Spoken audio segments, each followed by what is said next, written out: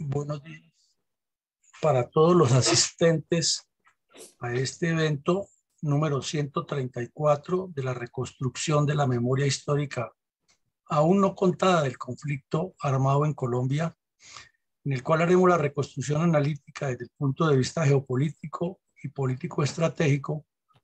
de unos combates muy cruentos que se presentaron durante 10 días en la zona rural de Uribe Meta, mediante los cuales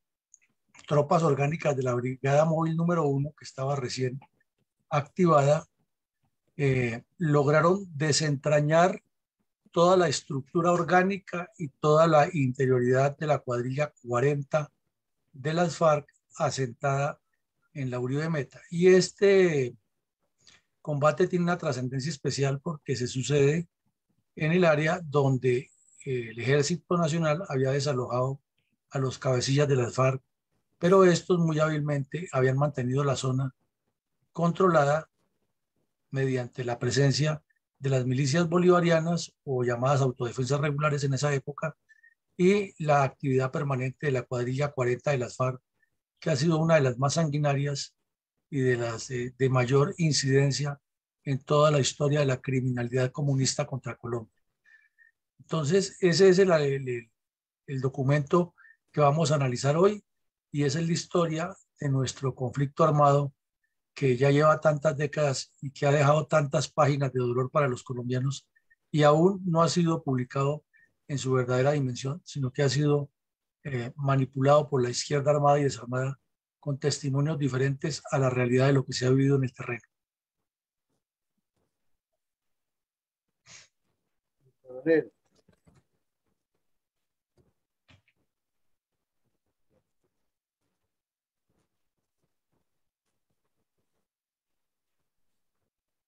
En la extensa historia de la violencia comunista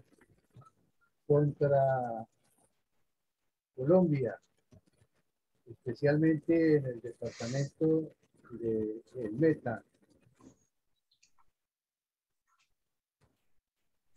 de acuerdo con ello, ¿cuál es la importancia geoestratégica del municipio de Uribe Meta para la época de los hechos, blanco de las acciones criminales de la cuadrilla 40 de las FARC y su red de milicianos y el Partido Comunista de Colombia, que lo mantenía como epicentro de ideologización del país? Bueno, mi coronel, en primera medida hablemos de la importancia estratégica de lo que es el municipio de Uribe Meta y por su geografía. Entonces vemos en el mapa de la izquierda que el departamento del Meta está ubicado en el centro de Colombia. Todo el centro de Colombia lo ocupa el departamento del Meta. Y si se mira su cercanía con Bogotá, puede afectar a la capital de la República por todo el sur y parte del oriente de la capital si se hace una proyección por este sector que estoy señalando con el cursor hacia el norte con destino a la capital, porque por ahí pasa prácticamente toda la cordillera oriental y porque la retaguardia estratégica de las FARC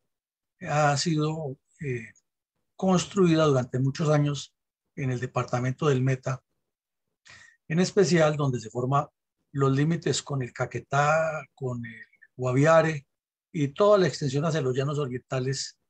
que es una zona bastante importante para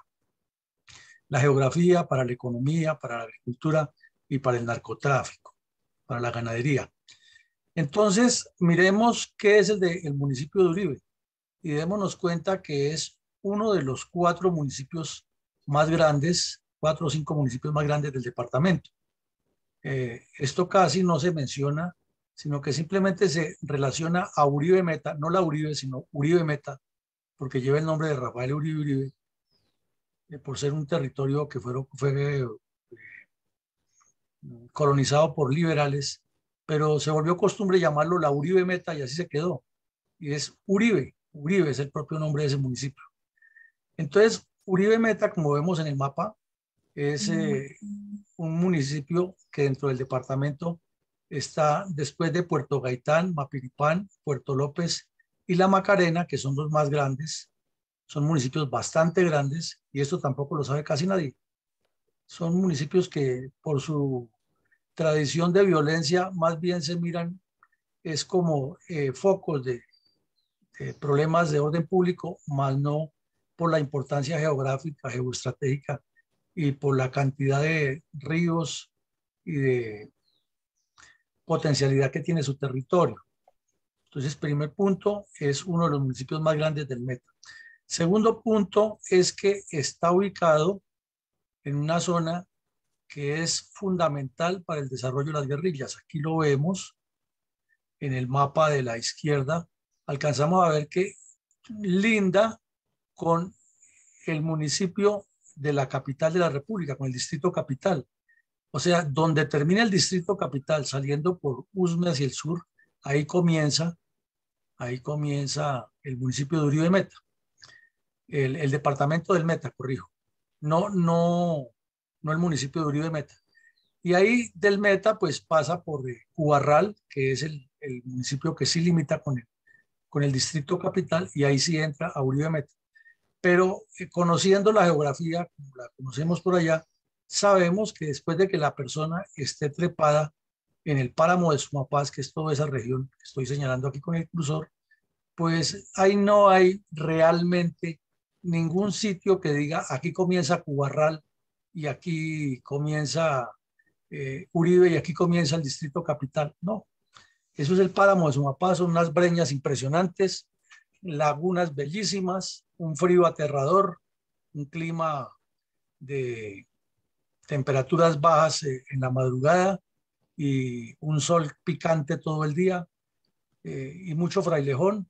y ganadería extensiva que metieron las FARC por montones allá en ese páramo durante muchísimos años. Eso es lo que uno ve allá, unas aves eh, que casi siempre son nocturnas. Las aves también se cuidan de los rayos solares y la presencia de las FARC en toda la zona. Eso es lo que hay en el páramo del Sumapaz por muchos años. Hubo en el páramo del Sumapaz. Entonces, al bajar al municipio de Uribe, tiene en los límites con el Caquet, con el Huila, mejor, llega a la región del Pato y llega también al municipio de Colombia, Huila, y no es muy lejos, para que sepamos, no es muy lejos Uribe Meta de Neiva, que ayer lo veíamos que atraviesa el departamento del Huila de occidente a oriente. Lo que ocurre es que la cordillera y la montaña pues hacen que las distancias se alarguen. Entonces eso nos explica por qué las FARC, digo fijo, en sus comienzos se hizo muy fuerte aquí al norte de Neiva. Veíamos todos los combates que libraron en la época de que asesinó al capitán Farid Londoño, que fue muy famoso ese hecho, y los combates que ocurrían más al sur en el Huila, en Algeciras, porque de una u otra manera esa zona, cruzando la cordillera o andando por la cordillera mejor, se mueve hacia el Meta o hacia el sur del Huila o aquí hacia el Caquetá, y por qué no, si sigue bajando, llega por detrás del río Guayavero al Guaviare o a la Serranía de la Macarena. Entonces quiere decir que la zona fue de una importancia supremamente capital para el crecimiento de las FARC y que no se le dio nunca esa trascendencia. Inclusive sucesivos gobiernos sabían que en toda esta región estaban las cuadrillas de las FARC y volteaban a mirar para otro lado. Carlos Lleras decía que a Tiro Fijo no lo molestaran, que era un muchacho rebelde. Pastrana padre enfocó su acción contra el ELN y algo contra Tiro Fijo en el Tolima, como lo vimos en la operación Sonora, pero fueron hechos militares, más no políticos. Turbay, el gobierno de Turbay se enfocó mucho en la guerra urbana contra las FARC, contra el M-19, y encarceló a algunos dirigentes de las FARC y del ELN, EPL y de otros grupos criminales que había en esa época. Y cuando llegó Elisario Betancur lo sacó a todos de la cárcel. Pero el punto era que esta zona más o menos donde estoy trazando con el cursor, aquí al occidente, noroccidente de Uribe Meta, se convirtió en el epicentro del desarrollo terrorista de las FARC por años, hasta que en 1990, por la presión de las fuerzas militares, el presidente Gaviria jugó dos cartas. Vaya, desocupen allá a los bandidos, sáquenlos de la Uribe o de Uribe Meta, de la zona de Casa Verde, pero al mismo tiempo Álvaro Leiva Durán y todos los muchachos que estaban en coordinación con el secretariado les advirtieron, quítense de ahí porque es que ya los van a atacar. Entonces, por eso no fue exitosa esa operación, pero sí nos da la importancia estratégica de este municipio que, como lo vemos aquí en otro mapa, está ubicado en la estribación oriental de la cordillera oriental, aquí lo vemos, que tiene una serie de carreteras, unas construidas por el Estado y otras construidas por las FARC, la famosa Transjojoy, que unió a los llanos del Yarí con el centro del país y hacia el Guaviare, y con maquinaria robada, y le hicieron las FARC, mejor dicho, que está aquí ubicado donde nace, termina el río Duda y comienza el río Guayavero, que lo vemos que es un río muy importante que luego desemboca en el Guaviare, y el Guaviare va a desembocar al Amazonas y el Amazonas al Atlántico. Y lo mismo que está entre, o está ubicado al occidente mejor de la meseta o de la serranía de la Macarena, y que forma una zona plana, semiplana, boscosa,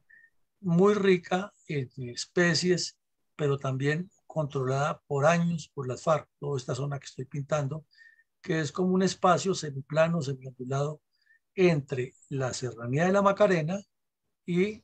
el municipio de Uribe Meta. Y como decíamos, si se pega por la cordillera bajando, llega hasta el mismísimo San Vicente del Caguán,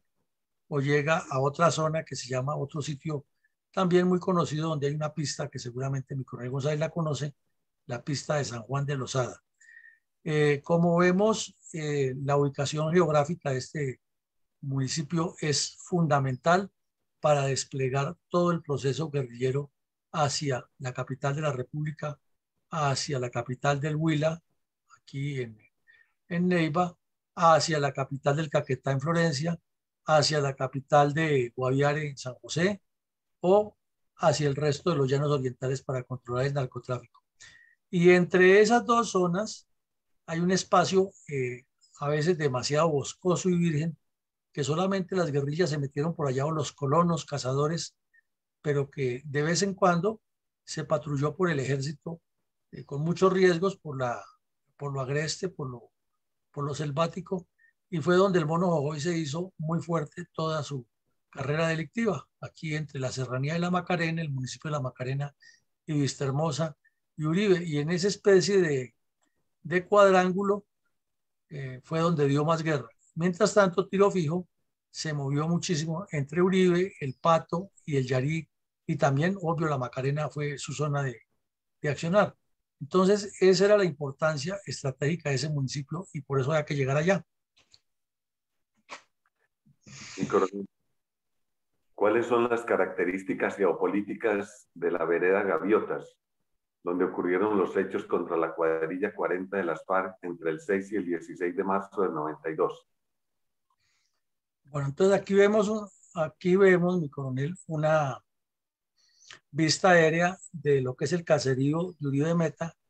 que fue un caserío construido por colonos. Allá no hubo ninguna planificación del Estado ni nada, sino fue el Estado que llegó después y el Ejército Nacional les construyó esta pista y se la adecuó. Y desafortunadamente en estos cerros aledaños que se ven aquí, varias veces vinieron los francotiradores de las FARC y asesinaron los soldados o que estaban patrullando, porque la base de Uribe quedaba pegada aquí a la pista, realmente era muy cerca a la pista, la base militar, y porque en general los habitantes de este caserío o eran de las FARC o tenían familiares en las FARC, o han sido ideologizados o hacían parte de las redes de apoyo, pero fue muchos años que eso ocurrió. Aquí ya vemos una foto más reciente donde se ve al fondo la cordillera, al occidente del municipio, y cómo ha crecido. Ya hay algunas instalaciones o algunas casas con mejor construcción que las que se conocieron en los años 50, 60, 70, 80, 90, y el famoso sacerdote italiano que fue el que más le metió la mano a la construcción de este municipio. Pero el río Duda siempre fue el eje de movimiento de estos criminales. Y decimos el río Duda porque aquí vemos lo complejo que es la zona rural de ese municipio y la vida que llevan los campesinos allá, casi todos aliados con la guerrilla. Eh, Todas las tropas que estuvimos por allá alguna vez durante alguna operación, nos tocó ver este cuadro de la parte inferior izquierda y, como dice, tragarse el sapo, porque uno sabía que la mayoría de esa remesa iba para los bandidos, pero eran campesinos que decían que la llevaban porque estaban a 12, 15, 18 horas de camino del área urbana, y que entonces llevaban remesa para varios y tenían las disculpas y listas, pero eso era muy común y creo que sigue siendo muy común allá, ver esas flotas mulares cargadas de remesa y los campesinos arriándolas por todos esos caminos, por todas esas trochas para llegar a las distintas veredas. Y la vereda Gaviotas, pues no es la excepción. Aquí vemos una foto aérea hermosísima de lo que es el cañón del río Duda, por el cual ha corrido mucha historia del conflicto armado en Colombia y mucha sangre de soldados y guerrilleros muertos en combates a lo largo de la existencia del terrorismo comunista. Y esto, pues uno va subiendo y sigue por este cañón y llega al propio páramo de Sumapaz. Entonces, en la medida que se adentra en estas cordilleras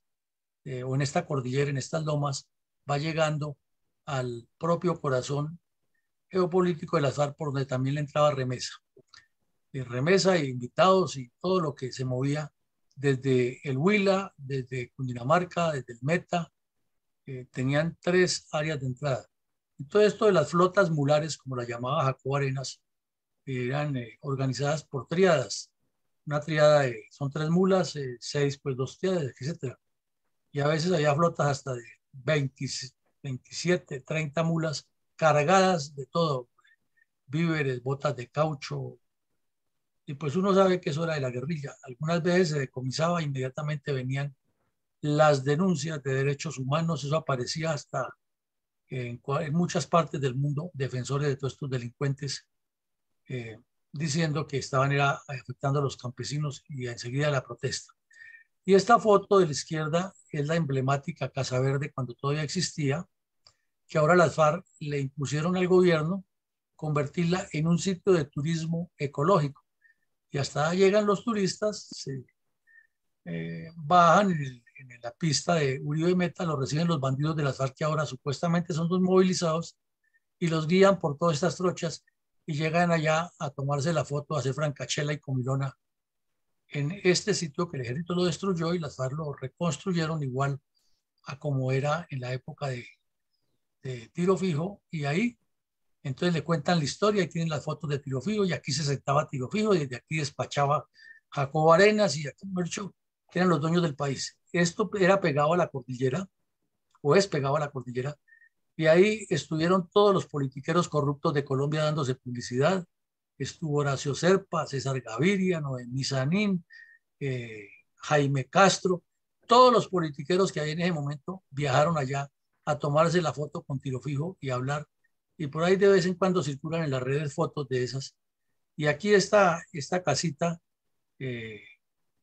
pequeñita, es donde se tomó una foto que fue histórica de la hoy honorable senadora Sandra Ramírez de las FARC, lavándole los pies a Tiro Fijo en una alberca, que fue en este sitio. Y aquí en este balconcito están muchas fotos de Jaime Pardo Leal, de todos los comunistas y los no comunistas que iban a abrazarse con Tiro Fijo allá y con Jacobo Arenas. Aquí mismo se reunían la coordinadora guerrillera después a planear todos los actos criminales contra Colombia. Y ahí mismo era donde Jacobo Arenas se pegaba a sus famosas borracheras y ordenaba asesinar campesinos. Eso no lo cuentan, sino lo cuentan es que desde ahí se planeaba el cambio de país de los que piensan distinto, como dicen ahora. Entonces, esa es la característica del área rural, y este era el epicentro. La vereda Gaviotas no queda muy lejos, pues realmente son varias horas caminando, pero es por la topografía, pero en línea recta no hay mucha distancia. Y esto tiene mucha historia, como ven, andar por el cañón del río Duda es casi que obligatorio por la topografía, porque si se trepa a esta loma, lo más seguro es que después de hacer un esfuerzo grande, vuelve y cae al cañón porque no hay otra forma. Y entonces ahí es donde se presenta para emboscadas, para trampas, para tiradores escogidos, para eh, hostigamientos. Es una zona difícil y muy quebrada y en otros sectores demasiado boscosa. Esa es la característica, mi coronel González. Gracias, mi Muchas coronel. gracias, mi coronel. Hacia el mes de marzo de 1992, cuando ocurrieron estos hechos, Colombia vivía una situación muy intensa de violencia narcoguerrillera, agravada por la cuestionada gobernabilidad del presidente César Gaviria, quien estaba en la etapa final de su gobierno. La violencia de la Coordinadora Nacional Guerrillera, que mediante constantes y continuos actos terroristas exigía reformar la Constitución de 1886, complementada con la Comisión de Acciones Narcoterroristas de Pablo Escobar y el Cartel de Cali en las principales capitales colombianas. En ese orden de ideas, ¿cuál es la importancia estratégica del contundente golpe del ejército contra una cuadrilla de las FARC en sucesivos combates tipo guerra regular, ocurridos entre el 6 y el 16 de marzo de 1992 en área rural del municipio de Uribe Meta? Bien, Micoel. Nosotros en este programa necesariamente tendremos que hacer más adelante un, uno o varios capítulos, no sé cuántos, dedicados exclusivamente a qué era Casaverde. Sí. Porque como lo dijo Jacobo Arenas, Casaverde era el epicentro de la transformación nacional hecha por las guerrillas para impulsar un cambio político del país. Y eso tiene muchos elementos que analizarle, muchas etapas, muchos hechos y muchos documentos que hay por ahí para analizar eso, porque realmente ahí en ese sitio fue donde las FARC dieron el salto cualitativo de pasar de ser unos bandidos que degollaban y sacaban la lengua de los muertos, hacían lo mismo que los delincuentes de la violencia tripartidista, a convertirse en un grupo al que el Estado colombiano, por medio de sus gobernantes laxos, débiles y faltos de carácter, les dio legitimación política. Entonces eso tiene muchas cosas que analizarle y lleguemos al evento de esta operación. Entonces vemos que en 1990, diciembre, el recién posesionado César Gaviria, con el afán de su constituyente y de demostrar politiquería y pasar a la historia como el gran transformador, eh, autorizó una operación que tenían las fuerzas militares desde hace rato planeada. No fue que Gaviria se la ideó ni que dijo hagamos esto porque sí. Las fuerzas militares le presentaron y le dijeron aquí está esto y hay que hacerlo, o usted lo hace o lo hacemos nosotros, pero se hace. Y entonces fue cuando puso de ministro, 6 meses después puso de ministro a Pardo Rueda porque los militares había que ponerles una dirección estratégica, según el doctor Gaviria. Entonces vino esta operación, desalojó a tiro fijo de Casaverde. Fue un golpe duro para las FARC porque fue como el comienzo del fin de ese poder que tenía la coordinadora guerrillera, más no el fin, porque vemos que un año y medio después todavía estaban negociando en Tlaxcala. Y esto ocurre más o menos un año y medio después del golpe en Casaverde. Y también ocurre cuando ya Pardo Rueda llevaba casi un año de ministro y se le estaba venciendo su plazo politiquero y publicitario demagógico que dijo ante los medios después de posesionado como ministro en un cargo para el que no tenía ni el perfil ni los méritos. Dijo que él le daba 18 meses a las guerrillas para que se entregaran y si no, que se atuvieran a las consecuencias. Y resulta que han pasado 32 años desde que el señor, 31 años desde que el señor Pardo Rueda le dijo a las FARC que se rindieran o que él los iba a acabar y nunca nos ha contado cómo era que los iba a acabar ni las FARC se acabaron. Entonces, de esta forma, era una necesidad hacer una operación sentida, pero el batallón Serviés, el batallón Vargas, corrijo, que era el que tenía esa jurisdicción, no tenía la capacidad de, con una o dos compañías de infantería de soldados regulares, hacer una operación consistente para continuar lo que se había iniciado en el asalto a Casa Verde. Y unos meses antes había sido creada la Brigada Móvil número 1 y algunos batallones de contraguerrilla ya existían, como el de Tunja, el número 1 y el 8 de Armenia, de la 8ª Brigada. Eso, el ejército en ese momento tomó la decisión de unirlos con el número 7, que era el de los Héroes de Arauca, y con la Brigada Móvil para darle mayor énfasis a esa región, a buscar a los bandidos. Entonces la Brigada Móvil, que ha sido muy exitosa y ha desarticulado al EPL en Urabá, como lo vimos ya aquí en estos episodios, es trasladada a esa región con el fin de buscar y destruir las estructuras que quedaban de las FARC. Obviamente el objetivo principal era el secretariado, pero no se tenía una información clara de cómo era que estaba manejando eso, y la cuadrilla 40, de gente de tanta confianza para tiro fijo, como la 17, que la veíamos ayer, había sido desdoblada también de las cuadrillas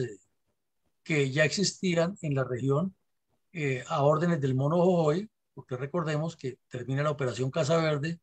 y Timochenko dura un tiempo de jefe del bloque oriental y luego lo asume el propio Mono Jojoy. Entonces, esa cuadrilla 40 estaba allí, pero no había una claridad. Se decía era la seguridad de tiro fijo y no se entendía qué era lo que estaba pasando. Entonces, por eso es importante esta operación y ese es el contenido estratégico, porque se logra desenmarañar eso y ya se sabe cuál es el rol que cumple cada quien y cómo fue que las FARC aprovecharon la información que les llegó de primera mano de los delegados del gobierno y escurrieron el bulto y dejaron una maniobra de engaño muy bien montada mientras Tiro Fijo y los demás bandidos se replegaban a distintas zonas, en particular el Pato y los Llanos de Yarí.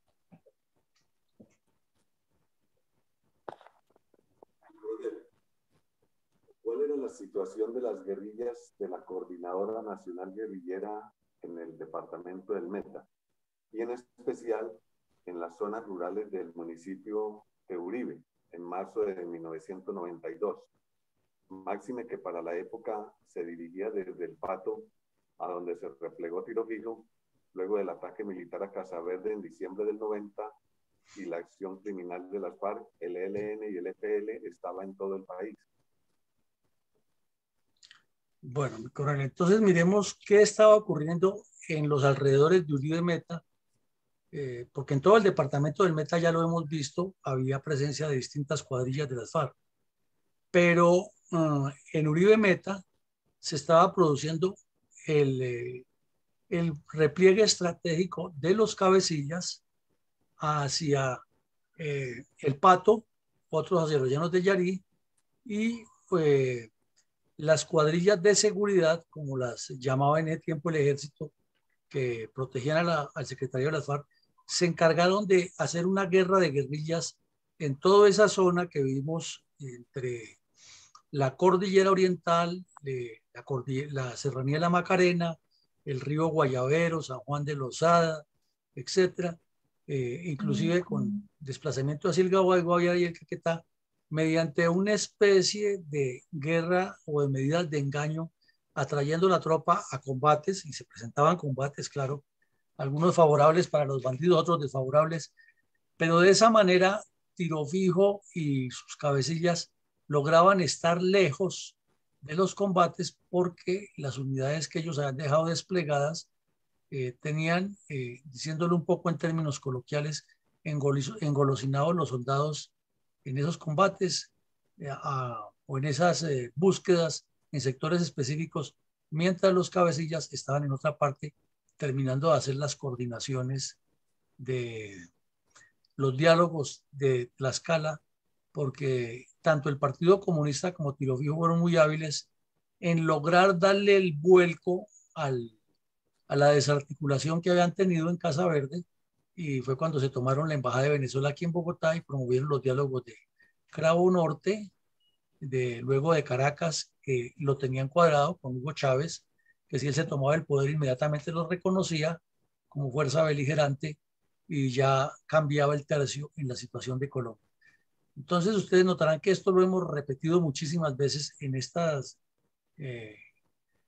rememoraciones que se hace de lo sucedido, pero es que hay que dejar claridad de cómo era el entorno estratégico y político para entender realmente qué era lo que se tejía allí y qué es lo que estaba ocurriendo en Colombia y el riesgo que había para el continente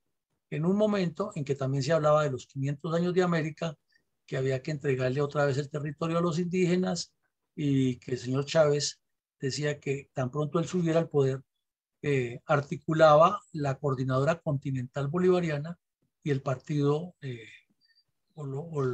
los grupos revolucionarios de los pueblos dirigidos por campesinos y por indígenas.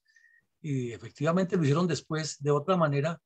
pero el proyecto siguió en pie y al día de hoy tenemos al ELN hablando de la continentalidad de la lucha, a Evo Morales diciendo que hay que unir a Perú con Bolivia, el mismo presidente de Bolivia diciendo de Perú diciendo que hay que darle mar a Bolivia,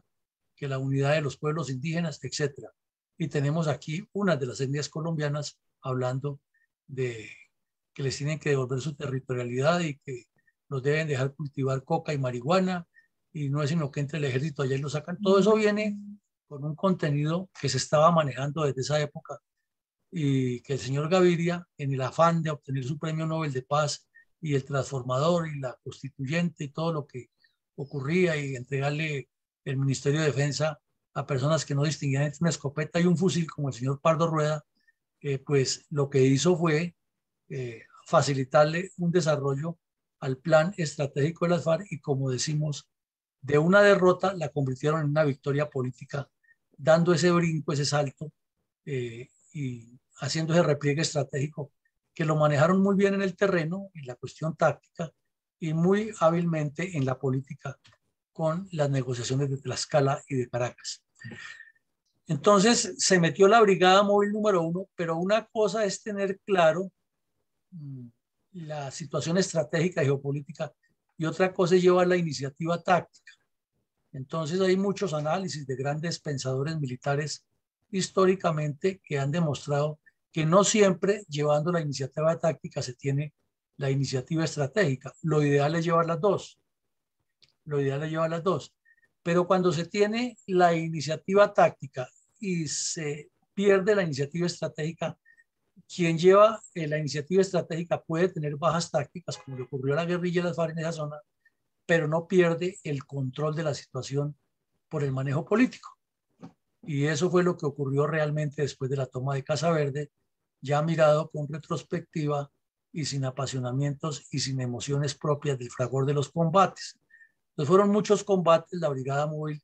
el Batallón Serviel, la Séptima Brigada, el Batallón Vargas, tuvieron combates en esa región,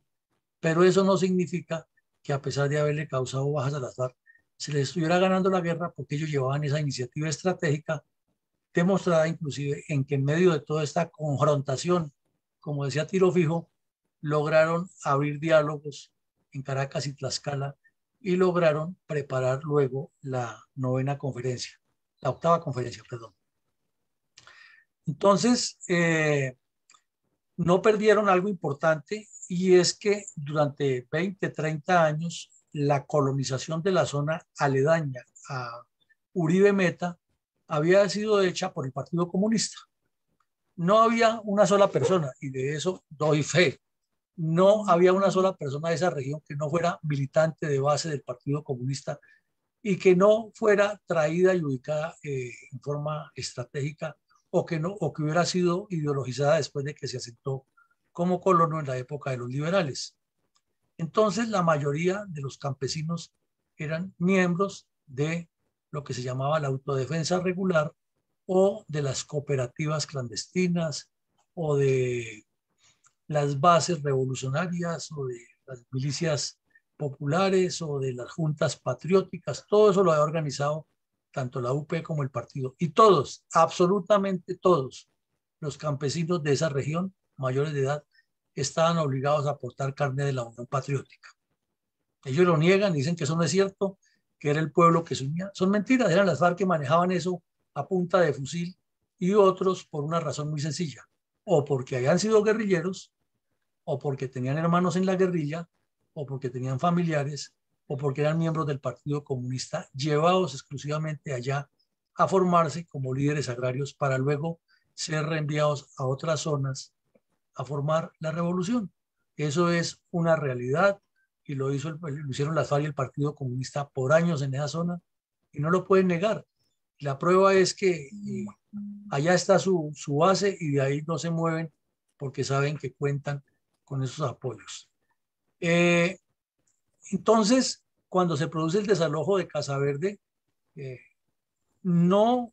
dan pie atrás en seguir visitando a todas estas bases campesinas para no perder el contacto con ellos. Entonces, ¿qué ocurría? Que esas bases campesinas eran los ojos y los oídos de las guerrillas y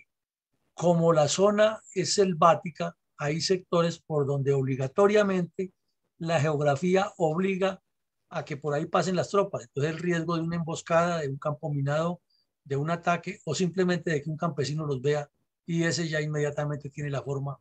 Ya tenían radios en esa época, ahora tienen celulares que es más fácil. Tenían los radios o los métodos rudimentarios de informar e inmediatamente avisaba: la tropa está en el Tigre, la tropa está en Yavías, está por el sector de Santander, está por la casa de Ramiro, está por el lado de la... Y esta gente conocía muy bien la región y entonces lo trabajaban muy bien. Y las guerrillas, la parte ideológica, seguía visitando las casas para hacer el trabajo permanente de actualización, de echarles el cuento de unas batallas épicas e históricas en Casa Verde, etcétera, etcétera, etcétera. En el libro del infierno, el señor Johnny cuenta muchísimo de eso. Y les permitió también, con ese carameleo, llamémoslo de esa manera, que le dieron a las tropas, entrar a planear la octava conferencia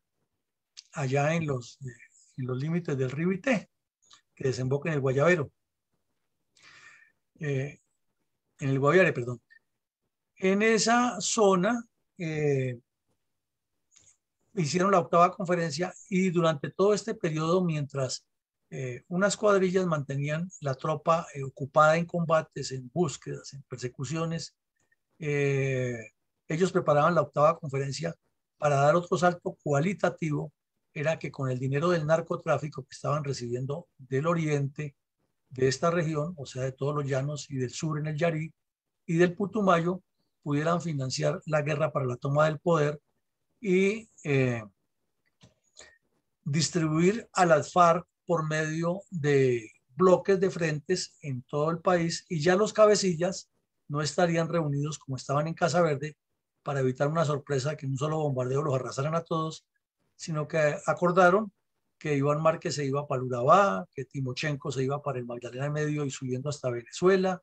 por la zona del Catatumbo,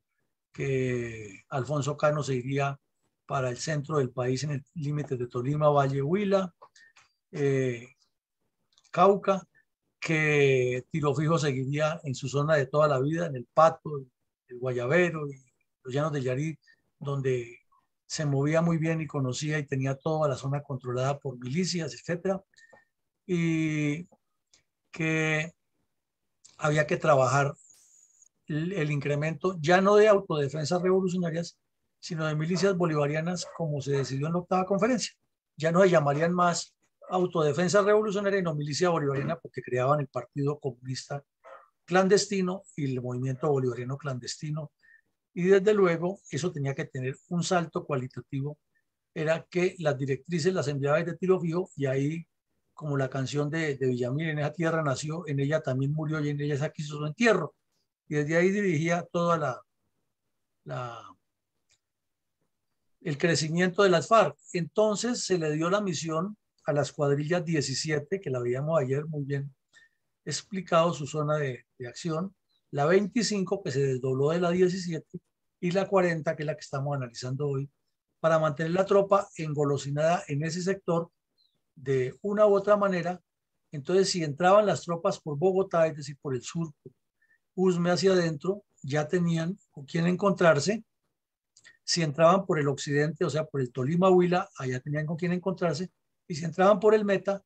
también tenían con quién encontrarse con la 40. Eso significa que habían hecho una distribución geográfica con una instrucción precisa, no de presentar combates frontales, sino combate de guerrilla en un determinado sector, manejando el área ya muy colonizada por campesinos y por auxiliadores, eh, para llevarlo siempre al mismo sector y dar la apariencia de que se estaba combatiendo al secretariado de las FARC, y de esa manera ellos podían dirigir la guerra desde otros sitios. Eso fue un engaño estratégico muy bien hecho y les funcionó. Y paralelamente, en la octava conferencia se da el visto bueno a lo que ya se venía desarrollando desde unos años atrás, que era el desdoblamiento de cuadrillas hacia Bogotá. Ya aquí en Cundinamarca estaban varias, las 52, 53, 54 y 55, que no estaban tan activas, ya tenían alguna presencia, pero para esa época fue cuando se desbocaron a las pescas milagrosas, asaltos a pueblos, secuestros, y fue cuando pasó el Mono Jojoy a ocupar tanta preeminencia en los medios, porque desde allá dirigía, y entonces tenía ya una doble misión: dirigir el acercamiento hacia Cundinamarca y mantener la tropa engolosinada ahí entre toda esa zona que hemos mencionado, buscando al secretariado de las FARC, mientras desde otros sitios se estaba dirigiendo toda esta actividad. Y lo lograron. El ejército tuvo que extender su radio de acción hacia el oriente de la Macarena en los otros municipios. Inclusive ya hemos visto algunos combates que se presentaron, pero no tener ni la tropa suficiente ni la claridad del gobierno nacional para buscarle otra solución terminó en que las fuerzas militares estuvieron enfocadas en el combate físico y el Estado perdió la iniciativa estratégica. Y ese fortalecimiento del narcotráfico al oriente del municipio de Uribe facilitó el funcionamiento de las FARC, porque tenían recursos permanentes para planear la guerra, financiar cuadrillas, crear nuevos grupos en distintas partes del país, hacer inversiones en sectores de la economía formales y tener también presencia internacional financiada en distintos países haciendo propaganda. Todo eso pasaba en esa zona, mientras en Caracas y Tlaxcala se producía un desgaste del gobierno nacional porque no avanzaba eso, y si no es porque el EPL secuestra al doctor Argelino Durán Quintero y se les muere en cautiverio, allá estarían todos sentados en Tlaxcala el señor de la calle con quienes lo acompañaban, llevándole la cuerda a las FARC, porque ellos no tenían afán para nada. Y fue muy famoso el show que montaban cada vez que llegaban a Tlaxcala, hablaban 2 días, inmediatamente Alfonso Cano de las FARC, representante del ELN que era Antonio García, y el del EPL que era un bandido de esos de poco conocido, decían: es que lo que hablamos hoy nos toca ir a, a hablarlo con nuestros jefes, o sea, los cabecillas. Entonces había que paralizar operaciones en muchas partes del país calculadas, y armaban un show publicitario que es que no se puede, que sí se puede, pero que es que Alfonso Cano llega al aeropuerto de Santa Marta, pero que allí tienen que poner un helicóptero que no se sepa para dónde va y que solamente no sé qué, pero que hay que despejar desde Santa Marta hasta la zona de Uribe un corredor grandísimo donde no puede haber ni operaciones militares. Y eso era prensa, y hablaba Noemí Sanín, y hablaba Pardo Rueda, y hablaban todos los politiqueros de turno, y finalmente se demoraban 15, 20 días haciendo ese show, no se avanzaba nada, y volvían otra vez a Tlaxcala a hablar de lo mismo, que fue que en la reunión se dijo esto y lo otro, entonces vayamos otra vez a tocar el punto, y el señor de la calle ahí como una marioneta sirviéndoles de mensajero para todo eso, hasta que secuestraron al señor Quintero, Argelino Durán Quintero, y se les murió. Y entonces ya Gaviria, en un hecho, en un acto de carácter como el de Pastrana, dijo: si acaba esto, pero eso ya estaba acabado hace rato, ya la coordinadora se había desintegrado por dentro, y Pablo Escobar, por su parte, tenía al país contra la pared. Entonces son cuadros de un periodo que yo lo llamé en un libro El Quinquenio de la Deshonra, del 87 al 92, del cual los políticos han caído como los gatos parados y finalmente los responsables fueron las fuerzas militares y de policía que no fueron capaces de acabar con Tiro Fijo y con Pablo Escobar. Cuando sí le metemos la mano o el dedo y chuzamos, lo que sale es pus de la politiquería y la corrupción que caracterizó al gobierno, que se prestó inclusive para que no hubiera extradición de los bandidos, ni de las FARC, ni de los narcotraficantes de los otros carteles, para que creciera el cartel de Cali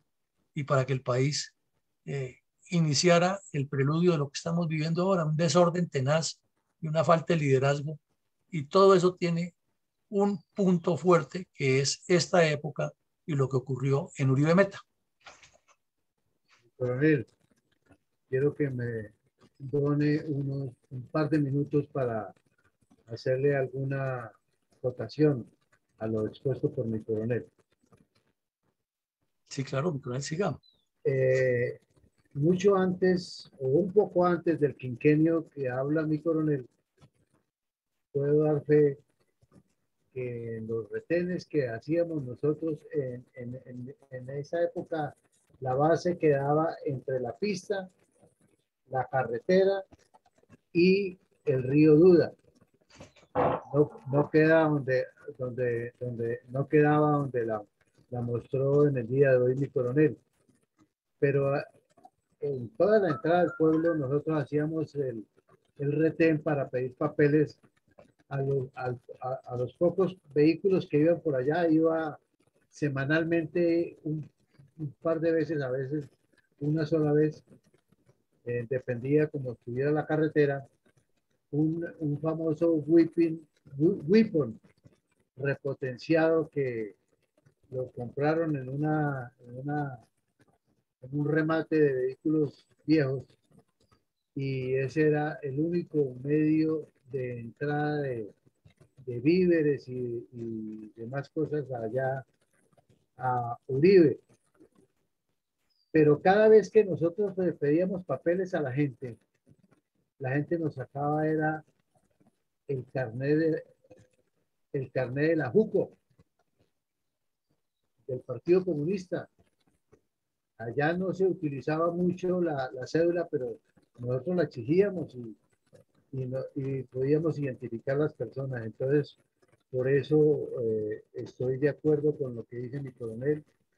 que allá no se ve nada más sino el carnet de la JUCO y del Partido Comunista.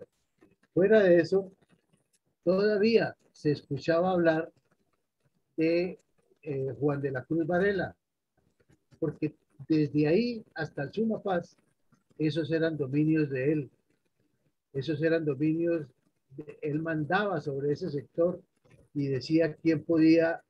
llegar, quién podía vivir, quién podía apoderarse de un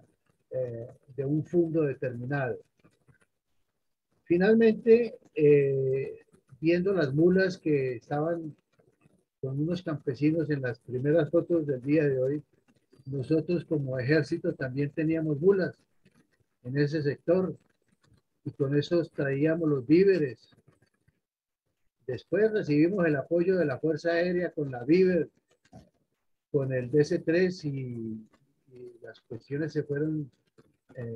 facilitando un poco, pero nosotros también tuvimos mulas fiscales que infortunadamente ayudaron también, contribuyeron al matoneo del ambiente, porque fue mucha la cantidad de madera que se sacó de ese sector muy rico en ese recurso maderable. Finalmente, mi coronel, yo conocí una familia, o supe de una familia que llegó, cambió una casita en Bogotá, en el sur de Bogotá, por una casa en Uribe Meta, con la ilusión de que era la casa y era un fondo, una finquita para ponerla a producir. Esa familia estaba integrada por papá, mamá y 4 niñas. La más jovencita tendría por ahí unos 11 años y la mayorcita tendría unos 15. esas niñas entraron la primera vez, se fueron para la finca y nunca más las volvimos a ver. Después se enrolaron allá con campesinos de la región, milicianos o guerrillas de las FARC, pero cuando el personaje que les hablo, la familia que trató de salirse, no pudo. Allá en esa época no era municipio, sino era una inspección de policía y había que pedir permiso a las FARC para salir y, y debía uno informar qué era lo que iba a hacer. Quería agregar eso a la situación que mi coronel nos acaba de informar acá. Bueno, muchísimas gracias, mi coronel. Muy gráfica la descripción que usted hace y complementa, calza perfectamente en lo que venimos describiendo y da una claridad más obvia de la realidad de qué es lo que pasaba en esa zona y de la manera incomprensible en que el Estado central, sabiendo que todo eso ocurría porque los informes de inteligencia finalmente llegaban al alto gobierno, nunca se le dio durante varios periodos presidenciales y de distintos ministros de varias carteras una atención necesaria a eso, y era como una república independiente realmente lo que estaba ocurriendo allá. Muchas gracias, coronel. ¿Cuáles fueron las actividades más recientes de la Brigada Móvil número 1 y de la cuadrilla 40 de las FARC días antes del contundente golpe a una cuadrilla o a esta cuadrilla en el área rural de Uribe Meta, con sucesivos combates de maniobras de contraguerrillas, y cuál era el objetivo principal de esta operación? Bueno, que comienzo por la parte final. El objetivo principal, como siempre, y la razón por la cual se llevó a la Brigada Móvil número 1 allá y se le dio un vuelco de atención, por lo menos militar, al tema, era el de destruir el secretariado de las FARC, dar de baja a los cabecillas, localizar a Tiro Fijo, a Jojoy, a Timochenko, a Iván Márquez y darlos de baja. Esa era la misión que llevaba la Brigada Móvil, pero no se sabía qué era lo que estaba ocurriendo por dentro. Entonces estamos hablando de dos escenarios, lo que realmente estaban haciendo las FARC y lo que realmente estaba haciendo el ejército. Y no era coincidente el objetivo con lo que sucedía en el terreno, porque repito, se tenía una iniciativa táctica en el terreno, la presión militar era grande, apoyo de tropas, movimiento helicoportado, registro de área, todo el tiempo, pero no se tenía claro qué era lo que estaba ocurriendo. Simultáneamente, por parte de las FARC, le hicieron una reestructuración a la cuadrilla 40. Recordemos que a los pocos meses, 2 meses después de la operación en Casa Verde, el Mono Jojoy dirigió un asalto que fue sangriento, que ya lo vimos aquí, a una repetidora en el Cerro Girasol, allá en la Serranía de la Macarena, donde hubo una cantidad de muertos de ambos lados. Fue la primera incursión grande que las FARC hicieron contra una unidad militar, y una de las cuadrillas que participó allí como parte de ese mecanismo estratégico de generar, como decía Tiro Fijo, confrontación en un sector distinto donde no le tocaran a él su área base, lo lograron. Entonces, esa operación también pues produjo la necesidad de enviar tropas, pero las FARC muy hábilmente manejaron el combate concentrándolo aquí en este sector sin que se avanzara hacia donde estaba la retaguardia. Lo segundo es que ya para esa época se ha tomado la decisión de que los cabecillas de las FARC no podían volver a estar como en lo que ellos llamaron allá en Casa Verde el rincón de los viejitos, donde se reunían a tomar trago y a planear crímenes, todos los cabecillas, sino que tocaba separarlos por distintas partes, y eso había que definirlo en una asamblea, que fue la asamblea o la conferencia guerrillera del año 93, pero ya se ha tomado esa decisión de separarse y tenían que legitimarlo con una decisión colectiva. Entonces le dieron la orden a la cuadrilla 40 de que se reestructurara y manejara como el centro de despliegue y repliegue en la región de Uribe y alrededores con el fin de mantener al ejército engolosinado mientras se hacía el resto de la actividad delictiva por parte de los cabecillas. Entonces, días antes se presentó un combate fuerte en la vereda Llavías,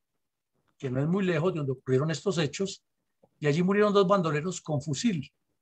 Entonces, pues claro, fue un golpe duro para la cuadrilla porque perder 2 bandoleros con fusil es importante para cualquier unidad guerrillera, pero no pasó de ahí en el sentido de que no se destruyó el resto de la cuadrilla, sino que se obtuvo alguna información o por lo menos una motivación para las tropas seguirlos buscando. Pero ocurrió algo que fue trascendental y que le dio la vuelta a darse cuenta de qué estaba ocurriendo,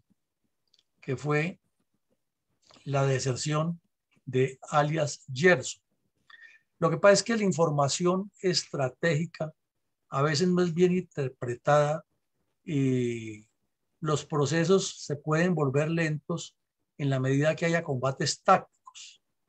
Entonces no es irresponsabilidad, no es falta de visión, sino que es la misma dinámica de lo que va ocurriendo que hace que las cosas como que se estructuren y que una conclusión de estas no se obtiene de la noche a la mañana, sino que tiene que ser probada en el terreno, porque al fin y al cabo el testimonio de un solo bandido no significa que eso ya sea la palabra de mi Dios. Por eso la inteligencia militar dice que debe tener pertinencia y credibilidad una evaluación. Está rankeada de A1 hasta C6 o D6. Y cuando es porque ya no tiene ni credibilidad ni pertinencia. Y que si se parte de la teoría que una información debe ser veraz o cierta o no cierta, que debe ser oportuna o no oportuna, y que se hace el proceso y que la A significa una cosa y el uno otra. Bueno, todo eso tiene un trabajo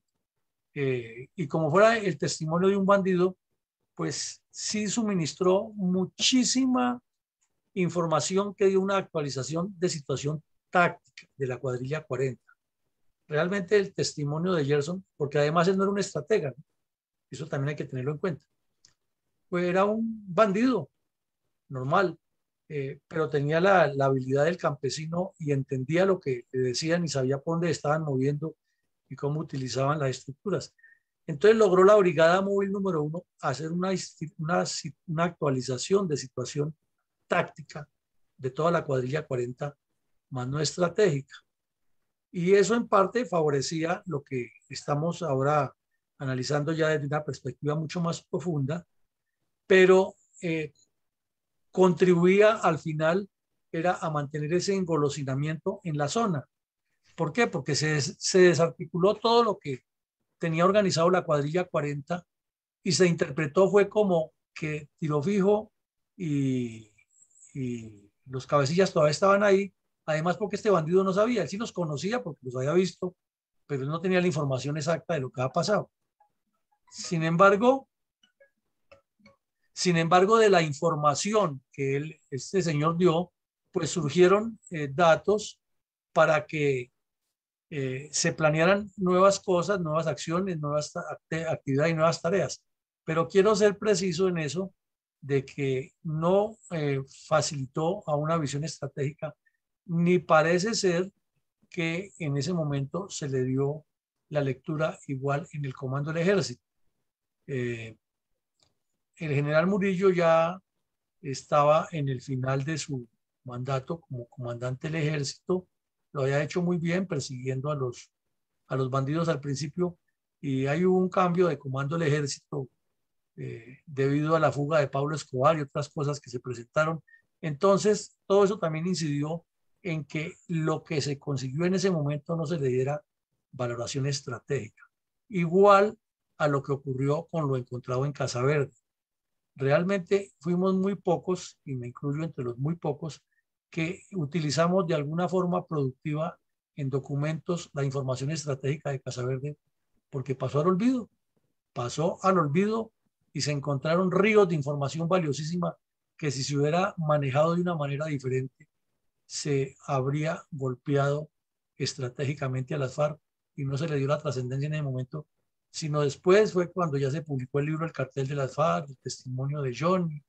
el libro La Selva Roja, que poco a poco el ejército fue decantando algo que ya habían pasado 5 y 6 años y que se ha habido decantar en el año 90. Entonces sí hay una situación táctica, se actualiza muy bien, pero no lo estratégico, y en eso hubo una falla del Estado, ¿no? De las fuerzas militares, porque era el Estado el que tenía que haber tomado esa información, y el señor Pardo Rueda, en lugar de ponerse a hablar carreta de que tenía 18 meses para acabar la guerrilla, ha debido asesorarse de estrategas que supieran de eso para planear mejor las cosas y apoyar mejor las fuerzas militares, lo cual no hizo,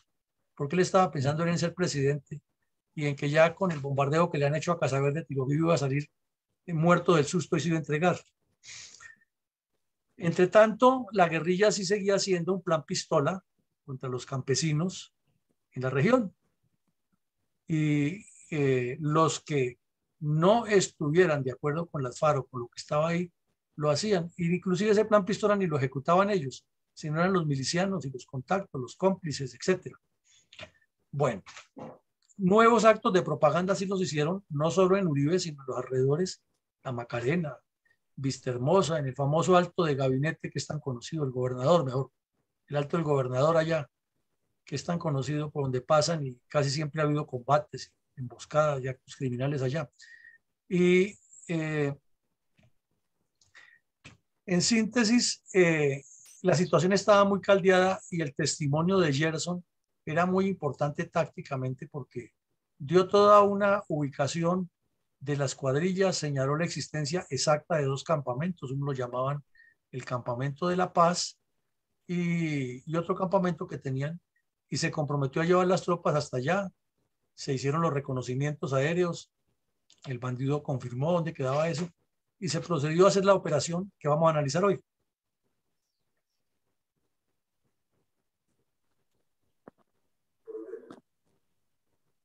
¿Cómo se desarrollaron los violentos hechos que permitieron desenmascarar la estructura interna de la cuadrilla 40 y su orden de batalla? Bueno, entonces, como lo venía diciendo, Gerson relata dónde está el campamento Remolque,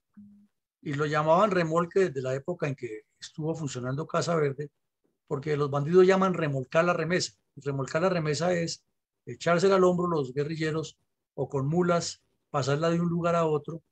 o hasta donde llega la trocha, recogerla y luego llevarla al campamento al hombro, y si es el caso, por una canoa o en una mula o en un caballo. Pero eso lo llaman remolcar. Y el sitio donde se hace un punto de recepción de abastecimientos lo llaman el remolque.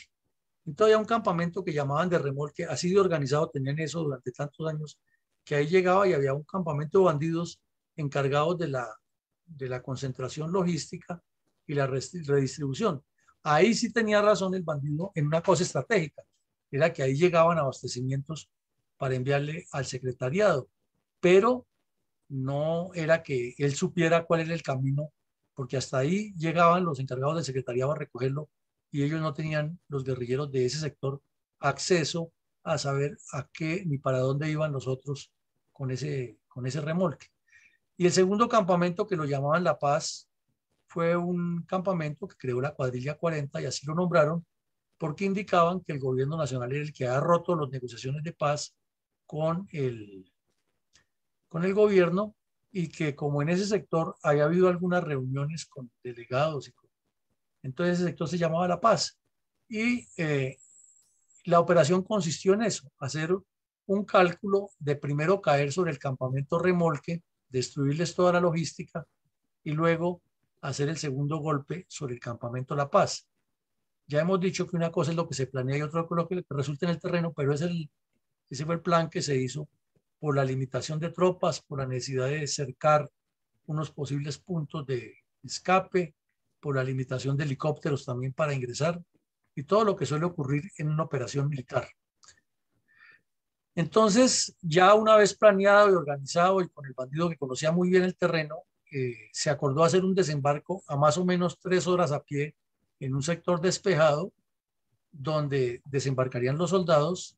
y las tropas avanzarían por campo traviesa hacia el objetivo para llegar a destruir el campamento Remolque y golpear a lo que hubiera allí. Entonces desembarcaron las tropas sin problema y cuando ya iban de regreso para Uribe a recoger otra oleada de soldados, fueron hostigados los helicópteros, eh, impactado uno de ellos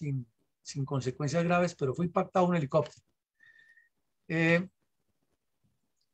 Las tropas que han desembarcado en el objetivo previsto no habían avanzado mucho en el registro del terreno cuando fueron hostigadas, hubo combate, se presentó el combate, lo cual quiere decir que las FARC ya tenían previsto que ahí los podían, que era el sitio donde podían desembarcar las tropas y que por ahí era el camino que se iba hacia el campamento remolque. Eso significa que ellos conocen muy bien el área, que analizan el terreno, que tienen una intuición de por dónde les puede llegar el enemigo, como decía tiro fijo, por dónde puede entrar la confrontación y lo planean bien y aciertan casi siempre. Dominan, conocen, saben, entienden, interpretan. Entonces, en ese hostigamiento y en los combates subsiguientes, fueron varios combates, que era permanentemente choques, no muy fuertes, pero choques. Murió un guerrillero y le decomisaron pues las armas y lo que tenían. Y se logró avanzar hasta el campamento remolque, pero esa avanzada, como se llama en términos de la guerrilla, que le hizo esa confrontación, ese combate a los soldados que desembarcaron, permitió que los que estaban en el campamento remolque tuvieran tiempo de evacuar y sacar todo lo necesario que no dejara pruebas eh, comprometedoras. Sí encontraron, claro, encontraron motosierras, encontraron víveres, planta eléctrica, un poco de cosas que significa o indica que estaban haciendo y viviendo, pero no documentos, que era lo más eh, importante. Entonces, de ahí para allá son más o menos 8 días de constantes combates, de enfrentamientos, de movimiento de tropas, de helicópteros, de desembarque allí, busque allá, eh, hágale por acá, métase por la orilla del río, por la quebrada, analizando el terreno, pero de ahí para allá la situación se convirtió en una ofensiva muy intensa, muy fuerte del ejército, pero siempre en desventaja porque los tiradores emboscados fueron causándole bajas eh, mediante heridas a los soldados. Y no se logró el objetivo de destruir la cuadrilla, sí se logró el objetivo de destruir los dos campamentos, porque finalmente se llegó al objetivo, al campamento de La Paz. Igual se encontró toda una infraestructura, pruebas, camas, medicamentos, pero nada que comprometiera la subsistencia de esta cuadrilla. Y sí, algunos documentos e informaciones de quiénes eran los contactos que ya el tal Gerson los había dado. O sea, se corroboró mucho de lo que dijo Gerson, pero no se pudo destruir esta cuadrilla. Se destruyeron los dos campamentos, pero hay una característica, que son campamentos tan bien ubicados, tan bien analizados, que generalmente ocurre que después de que pasa un tiempo, la guerrilla vuelve y los ocupa, porque ellos los han analizado y tienen sobre todo las facilidades de que el ejército sea detectado cuando se acerca a esos sitios. Entonces vemos que aquí hay un episodio interesante de la historia en la cual la inteligencia funcionó, en la cual se recibió a un guerrillero que dio una información valiosísima, mediante la cual se determinó exactamente, y hoy desde la retrospectiva es más fácil verlo, lo que estaba ocurriendo con la organización de las FARC en el terreno, en el campo de combate, pero que ni el Estado colombiano,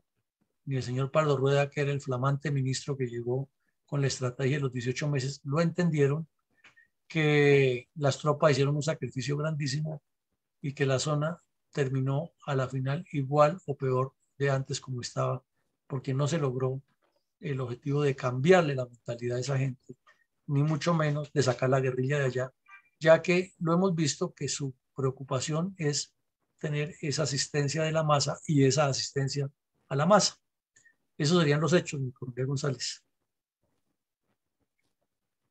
Gracias, mi coronel.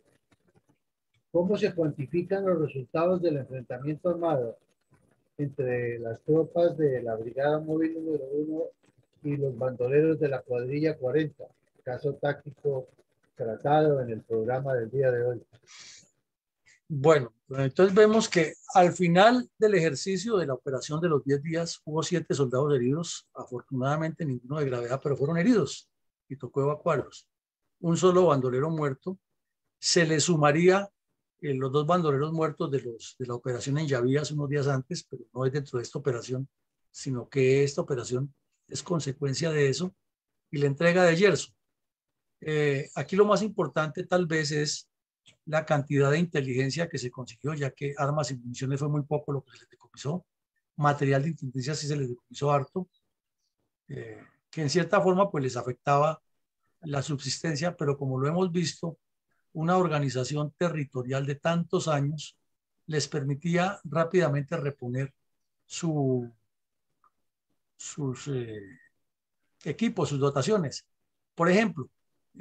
perdieron muchos morrales de esos que cargan los guerrilleros, que llevan la ropa, pero eso no era tan grave para ellos porque tenían caletas en la región con unos metros, unos rollos grandes de hule verde con agujas capoteras y con tirantes de cuero. Entonces, cada guerrillero fabricaba su morral rápido. Llegaban allá a esos sectores donde estaban las caletas escondidas en el monte y reponía su morral. Que comida no tenían mayor afán porque los ríos les permitían la pesca, la cacería en la zona que todavía es agreste, y desde luego los depósitos de granos que tenían ubicados en distintos sectores y lo manejaban muy bien. Entonces tampoco era una limitante que se quedaran sin alimentos y que se fueran a perecer por eso. Y desde luego el conocimiento del área de operaciones, del terreno, algo muy, muy valioso para ellos en esta guerra. Entonces, sí, el material de guerra y comunicación es un radio nomás que se les consiguió y unas claves de comunicación, pero las cambian rápido, las cambiaron rápido. Y algunos documentos de inteligencia, víveres y muchos, eso fueron a grandes rasgos los resultados tangibles, pero el intangible es haberle dado la claridad, por lo menos a los comandantes de las tropas, de que hay una organización táctica muy importante, más no el salto estratégico que necesitaba para voltear el dispositivo hacia donde se ha movido tiro fijo, que era el Pato, sino que el Pato siguió siendo una zona donde la 9ª Brigada con muy pocos medios podía actuar. Faltó en ese momento que alguien hubiera visualizado, estos tienen esta cuadrilla aquí engolosinándola, dejémoslos aquí que sigan engolosinados y vayámonos para el Pato donde está tiro fijo. Y ahí hubiera sido otra la evolución del conflicto. Entonces esos son los resultados, mi coronel.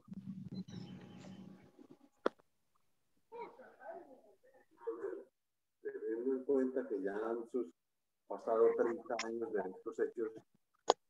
¿cuáles son las conclusiones de orden político, militar y social, geopolítico y moral que se derivaron de este combate? Bueno, mi coronel, entonces, tanto consecuencias como conclusiones las vamos a articular en un solo golpe. Aquí quedó muy claro que hay un binomio FARC, autodefensas y milicias, y que estaban preparando una nueva conferencia. Eso sí se determinó desde ese momento, afortunadamente. La reacción del Partido Comunista fue intensa, mucha propaganda, mucho reclamo de que allá era que no bombardear a las comunidades campesinas, no atacar a los campesinos, sino que había que hacer los diálogos que se estaban gestando en Caracas y Tlaxcala, que había que llegar a la paz, bla, bla, bla. En eso han sido especialistas los comunistas, en defender a su brazo armado y en enmascarar sus intenciones.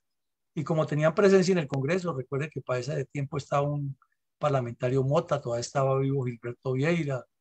y otros, Humberto Vázquez del Real. Ellos armaban el escándalo de siempre, Diego Montaña Cuellar.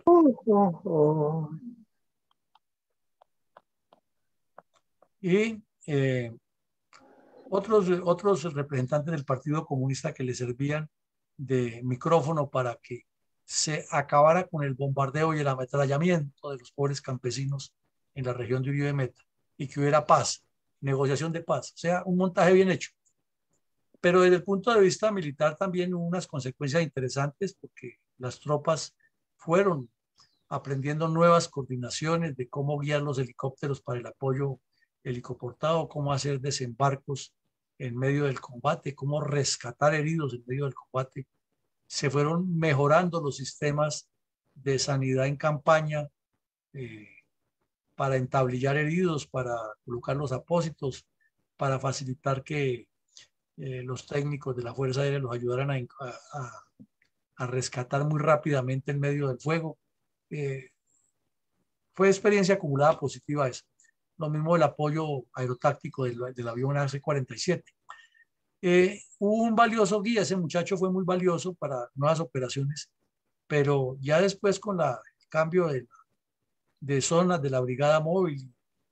y otras situaciones que suceden, el muchacho pues ya no volvió a trabajar con las tropas y se perdió ese guía, se perdió ese valioso guía para esa región. Bueno, sí se consiguió mucha información importante sobre un área base de las FARC, eso sí se puede corroborar con los documentos, con los análisis que hicieron de inteligencia, pero táctica, no estratégica, sino táctica, y ahí se quedó el análisis. Hubo un golpe fuerte a la unidad interna de la coordinadora que ya estaba débil porque no se les permitió que siguieran manipulando esa área como ellos lo querían, sino que entraron ya en la lista de quién es quién, los que allí estaban, inclusive producto de esa operación, 1 o 2 años después, se destruyó una emisora clandestina que tenían las FARC, que la operaba un bandido que le decían Juaco Cauca. Bueno, se hizo una identificación total, eso se logró saber quién era tal. Recuerdo que 2 o 3 años después entramos con la brigada móvil al mismo sector y ya sabíamos los nombres propios del tal Hugo, el cabecilla de esa cuadrilla 40 y otros delincuentes, y sobre todo que se conocía el procedimiento que tenían en la zona. Y ya la misión que le dieron a la brigada móvil le cambiaron, ya no era el secretariado en ese momento, sino era evitar que el bloque oriental se asentara en esa región, cambió de prioridad y entonces las operaciones eran con otro enfoque, sobre todo evitar que enviaran guerrilleros a Cundinamarca. Y finalmente se localizó una red de apoyo del grupo terrorista, que ya las hemos venido mencionando. En cuanto a las conclusiones en la parte militar, son muchas, las hemos resaltado ya en la operación. Enseña muchísimo, no las vamos a repetir porque las hemos estado reiterando todo el tiempo en el conversatorio. En la parte social, sí es muy corto lo que ha sido el Estado durante décadas en la presencia ya del manejo de estas regiones en las cuales la guerrilla ha hecho hasta carreteables, pero no para favorecer a los campesinos, sino para sus acciones criminales. Ha tenido un epicentro, unos corredores de movilidad que comunican a la Colombia desconocida con la Colombia conocida por medio de contactos y de redes de apoyo y de grupos ubicados a lo largo de la cordillera, pero esta gente completamente abandonada y como lo mencionaba mi colega Alarcón, desde los años 60 y 70 todos carnetizados como miembros del Partido Comunista y haciendo una especie de Estado paralelo, desconociendo al Estado central, no usando como documento de identificación la cédula de ciudadanía o la tarjeta de identidad, sino el carnet del Partido Comunista o de la JUCO. Y también una organización social de tipo soviet, porque la encontramos allá después y todavía existe. Eso lo peor es que existe todavía con el nombre de las famosas cooperativas. Hubo un sujeto caucano, Miguel Macana, que organizó varias escuelas agrarias en las cabeceras del Duda y sacaban unas arvejas y unos frijoles que parecían balines de lo grandes que eran la fertilidad de esas tierras y todo para abastecer a las guerrillas o para vender y de ahí recoger dinero para financiar también parte de la lucha armada. Entonces vemos que hay un proceso social largo, grande, que es el que las guerrillas siempre argumentan cuando negocian. Nosotros hemos hecho un trabajo social, pero lógico, no es de beneficio comunitario, sino de beneficio de su proyecto revolucionario y una estructuración de grupos armados alrededor de esas organizaciones societales, como la llama el maestro Pizarro, el hermano de Carro Loco. Y en la parte política se nota a leguas la ausencia total del Estado. Es que ni para el gobernador del departamento del Meta eso era importante. O sea, era un municipio que existía porque así lo crearon y así se creó, se asentaron los pobladores, pero la presencia del gobernador era muy poca, la pista que les construyó el ejército y esa carretera que nombra mi coronel Alarcón, que eso era una vergüenza, esa carretera vuelta a nada, y cuando llovía peor, entonces realmente allá no había presencia del Estado. Y la presencia del Estado es consecuencia de políticas de Estado, de políticas de gobierno, y ni lo uno ni lo otro. Porque además era una zona que no le significaba votos a los gobernadores ni a los políticos representantes a la Cámara, los senadores del MET. Entonces, ¿para qué? Les vino a representar sobre todo plata cuando ya el narcotráfico se metió por allá. Entonces ahí sí querían estar allá, no tanto por los votos, sino por la plata. Esa es otra realidad de los políticos nuestros. Y en la parte geopolítica, semejante corazón tan importante, donde si miramos el mapa se articulan la Orinoquía, la Amazonía, la zona andina, donde el país tiene una posibilidad de desarrollo en unos campos inexplorados como son el turismo ecológico, que bien manejado puede significar ríos de dinero para Colombia, fuentes de empleo y desarrollo para esa región, la misma riqueza hídrica, la explotación piscícola, la explotación maderera bien organizada, no como nos la cuenta mi coronel Alarcón de la deforestación per se, sino con reposición de plantíos, podría ser algo muy grande y sobre todo explotar ese, no ese valle, sino ese cañón que forma el río Duda, con su riqueza que tiene en el suelo para que a los lados haya cultivos grandes, organizados. Eso no se ha visto así y las FARC sí lo vieron para su desarrollo interno y esto es todo un emporio que no se ha estudiado, no se le ha dado la dimensión que es y sociopolíticamente se ha mirado de otra manera. Total que en el campo geopolítico esta zona ha sido y sigue siendo olvidada. Y si nos ponemos a hacer la sumatoria, es toda Colombia la que está olvidada. Entonces, por eso es que se necesita dar un cambio, pero no el cambio que dicen los comunistas ni el señor Rodolfo Hernández del cambio a los tiestazos, sino un cambio estructural de proyección, de Estado, de cambios eh, atados a ese gran cambio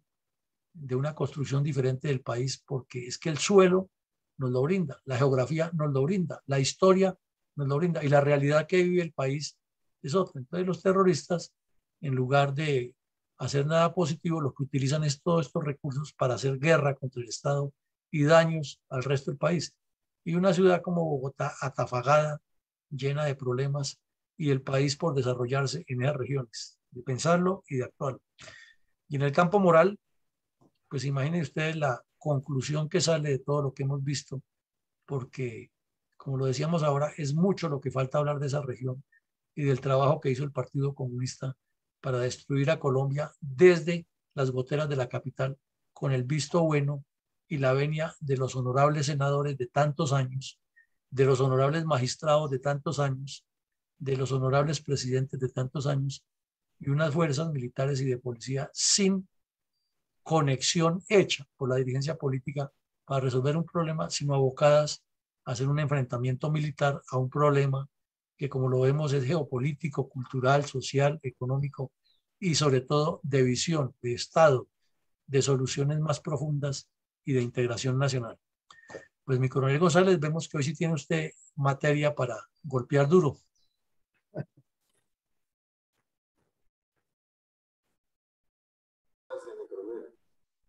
Pues como el objetivo de este programa es dar un testimonio no solo del esfuerzo militar, porque se sostenga la nación en orden, en el mayor orden posible para su progreso, sino también el de hacer un análisis bajo el concepto geopolítico. Entonces, vamos a deducir las siguientes enseñanzas. Estos de combates demuestran las grandes dificultades que tienen las operaciones militares para combatir la amenaza terrorista en estas zonas remotas y selváticas, en donde además se tiene sometida la población bajo la ley del revólver y de las armas, para que ellos sirvan de apoyo a la acción terrorista. Entonces, eso indica la necesidad de una acción militar permanente y constante, que no solamente es muy costosa y reduce los recursos que se requieren para el desarrollo nacional y creación de infraestructura en muchos otros campos, sino que además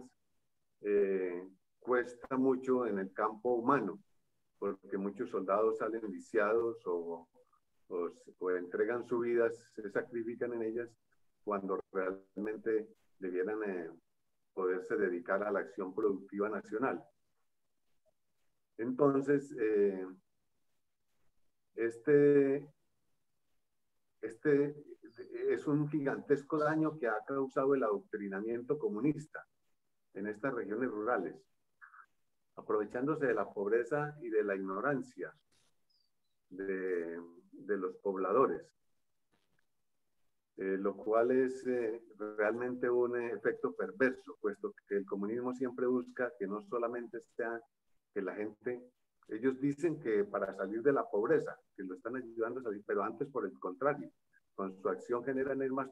pobreza, y eso le es muy benéfico al comunismo, porque entonces esa población se vuelve dependiente y llegan hasta el nivel de esclavizarla. Y además, adoctrinándola, pues la confunden y no le permiten, esa ignorancia no le permite que ese pueblo pueda conocer que existen otras opciones mejores de vida, como es la de la democracia, el buen gobierno, el buen manejo económico y las alternativas de una mejor civilización. Entonces viven en unos claustros remotos de donde no tienen posibilidad de visualizar un mejor nivel de vida. Y eso en gran parte debido a que el gobierno no ha orientado esos esfuerzos, porque esta región, y voy a contar un poco de experiencia personal, esta región se inició explotando la madera, como ya lo dijo mi coronel Alarcón y lo ha dicho también mi coronel Villamarín, y especialmente la quina. Lo que trajo los primeros pobladores a esta región fueron la quina. Esto me contaron los habitantes de esa región, porque me contaron personalmente, porque entre los años 1977 a 1980 más o menos, solíamos visitar ese pueblo. Íbamos allá cada 8 días, desde Villavicencio, haciendo un vuelo cada 8 días